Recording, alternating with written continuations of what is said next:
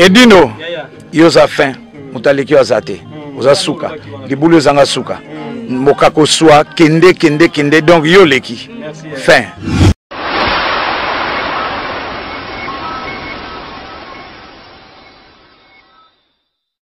Bonjour à tous, je suis Aimé Bossitampen, propriétaire de Boss Brother TV. En tout cas, bandeko, nous avons un plaisir makasi na sepeli. Enfin de Boss Brother TV écoute na satellite. Donc, ils ont na Congo Mubimba sur réseau TNT. Donc, mutu nyonso aza na télévision na TNT, décoder à TNT. Bolanda de Boss Brother TV. Mais bon di melanga te, ba Saint Thomas, collègue nanga bodo, yemo a PC la siko.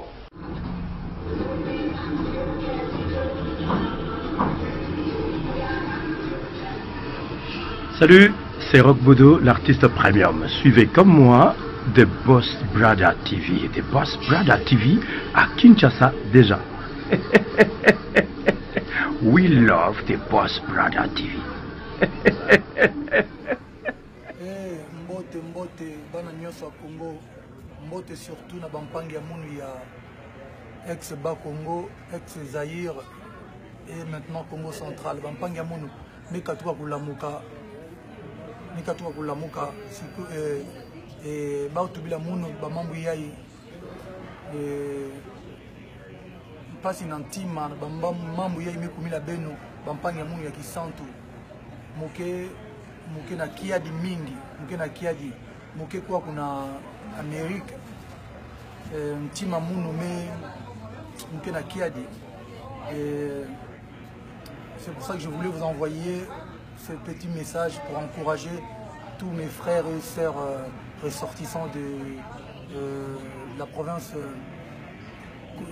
Bas-Congo, ex-Bas-Congo, Congo central. En tout cas, que Dieu vous assiste. Amen la bino kimia na mutema. Betuke na betuke ensemble. Hein? Comme on dit, toza musika mais mutema eza bena kuna. Donc j'en profite pour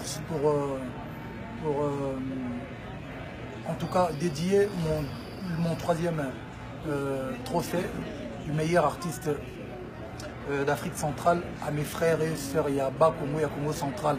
Vraiment mes condoléances à ma famille, surtout à Zimba Kisa, Bampangi, tous mes parents là bas.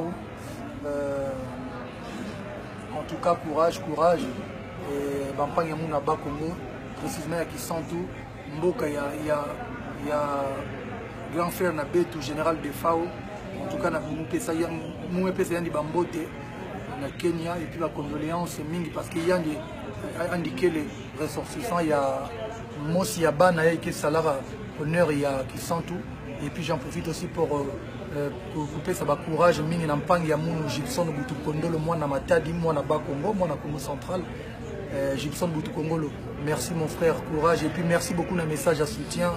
Namoni yango mpangi ya muno courage surtout parce que aux ali mutu aba ngeke mwana Bas Congo et surtout chef na beto pe atelier kunyanga andike mwana Bas Congo donc mbote et puis courage na bana nyosa Bas Congo mukezola beno mingi benu mosu buzaba histoire na muno na Bas Congo mu fréquenter que même malgré mon Congo na muno mais tellement que je ne pratique plus Kima, mais je fais mes études à Matadi, Mwanda, Kangou à l'internat, donc Bas Congo. Mon histoire avec Bas Congo, vraiment, c'est une histoire Mouzola à Bas Congo Mingi. Et puis bon, mon pote, mon ami aussi, mon ami et frère Madova, que moi, na Bas Congo. Donc en gros, mbote na bana nyonso tu ya Bas Congo, mbote na bampanya munu ya Bas Congo, ya Congo central. Et en tout cas courage, nzambi azala na beno, fali epupa. Merci.